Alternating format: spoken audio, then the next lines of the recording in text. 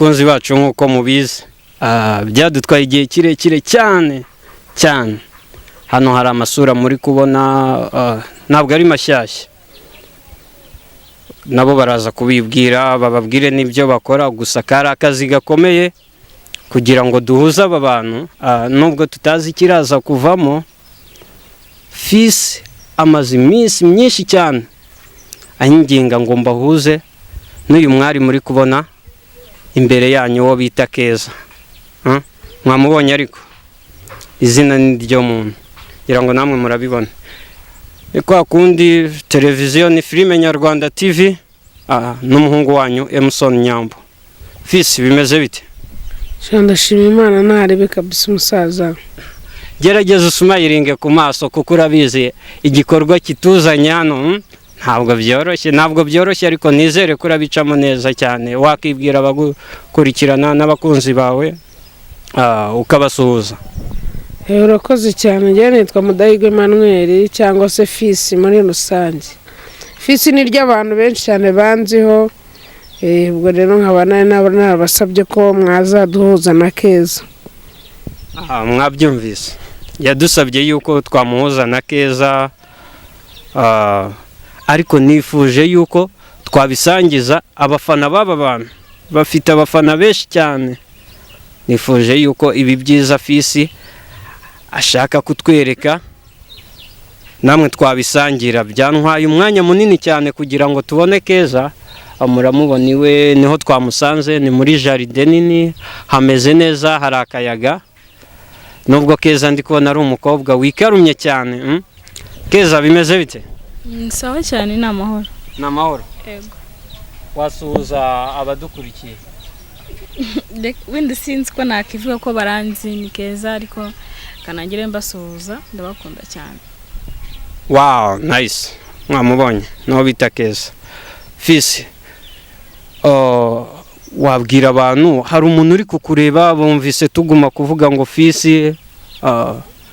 muri uru Rwanda ufite izina ariko ndibaza ngo umuntu wumvise Fils bwa mbere yakibaza ngo Fils ni muntu ki, Fils akunda kurya iki, ko muramubona namwe taye yiwe irigaragaza ni umuntu ushobora kuba akunda ibiryo cyane. Sinzi niba akunda ibiryo nabyo araza kubitubwira araza kubitubwira niba akunda ibiryo cyangwa se hari ibindi byo kurya akunda ku ruhande nabyo turaza kubisobanukirwa. Dusobanurire Fils ni muntu ki turi kumwe aka kanya. Urakoze cyane. Fils ni umuntu w'umugabo ufite imyaka 35 ukina filimi ni wo mwuga wanjye. Hanyuma nyine umwuga wanjye ni sinema. Nta kindi nakubwira tu ibyo ngibyo. Mwabyumvise ngo ni umuntu w'umugabo ukina sinema ariko se ufite imyaka 35. Fameme ni n'umugabo mu myaka ariko hari muradutindira. Ndabyo naje kwirebera Keza. Waje Sawa. Biragenda se? Yego. Keza aratangiye ndakwikundira. Ubwo se nturenze umurongora ubwo se.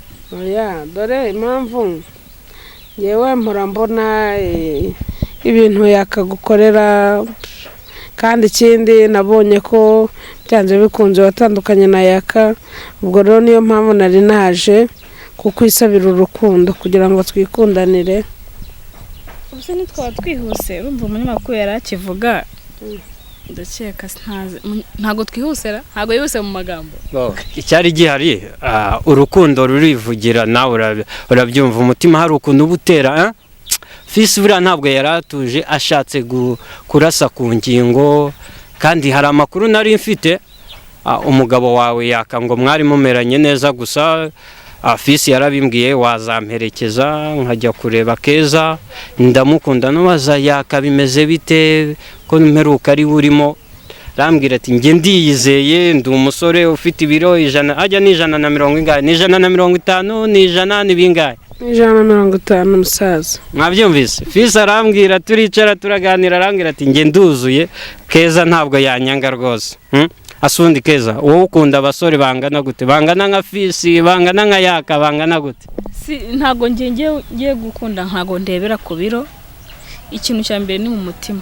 Iyo ufite umutima ufite urukundo, urwo rukundo rufite nkeneye, izo keya nkeneye uzifite byavamo. Ariko ubunini waba uri munini waba uri muto, urabona fata Fisi umugeranye na Yakamwana, urabona ni ibintu bidahura, ntabwo bihura cyane. Icya mbere ni mu mutima cyangwa se ikintu icyo akeneye kumpa. Ese mba nibaza umfitiye n'ikihe gishya umfitiye gitandukanye n'icyo ndi kubona muri iyi minsi. Keza ngewe nunyemera urukundo nzagusohokana nkujyana ahantu henshi hatandukanye, nzagufata neza.